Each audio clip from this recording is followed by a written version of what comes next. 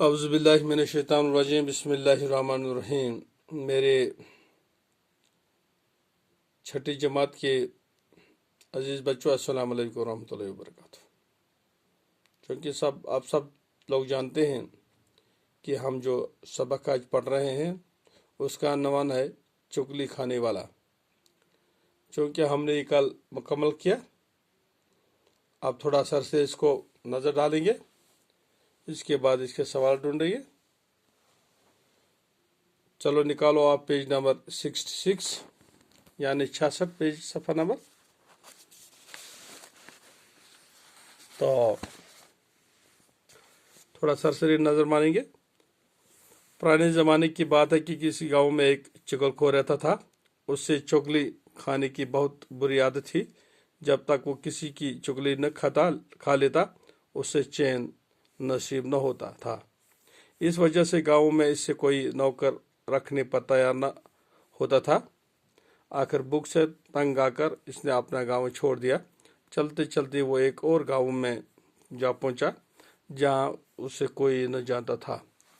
وہ ایک کسان کے پاس اس شرط پر ملازم ہو گیا کہ وہ تنخواہ نہیں لے گا، صرف روٹی کپڑا لے گا۔ اس کے علاوہ ہر 6 ماہ بعد اسے کسان کی ایک چگلی کھانے کی اجازت ہوگی۔ چگل خور بڑی محنت سے کام کرتا رہا۔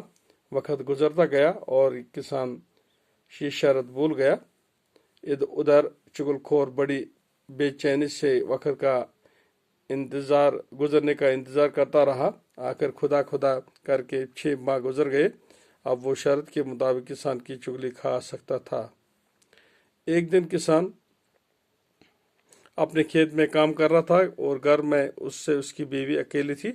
یہ دیکھ کر چغل خور اس کی بیوی کے پاس گیا اور بڑا ہمدرد بنتے ہوئے کہنے لگا، کسان کوڑی ہو گیا ہے اور اس نے اب تک یہ بیماری تم سے چھپا رکھی ہے۔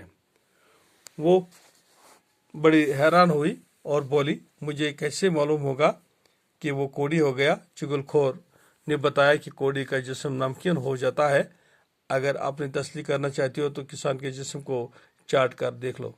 کسان کی بیوی چغل خور کی باتوں میں آ گئی۔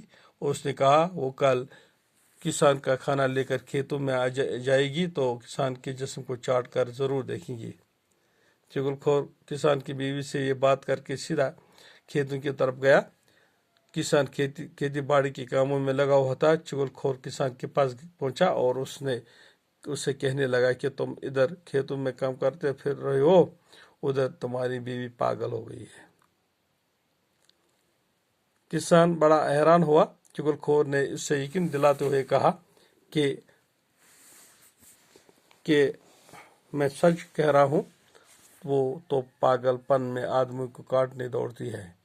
کسان کام کاج چھوڑ کر سوچ میں پڑ گیا۔ اس نے دل میں سوچا کہ نوکر ٹھیک ہی کہہ رہا ہوگا، اس سے اس قسم کا جھوٹ بولنے کی کیا پڑی۔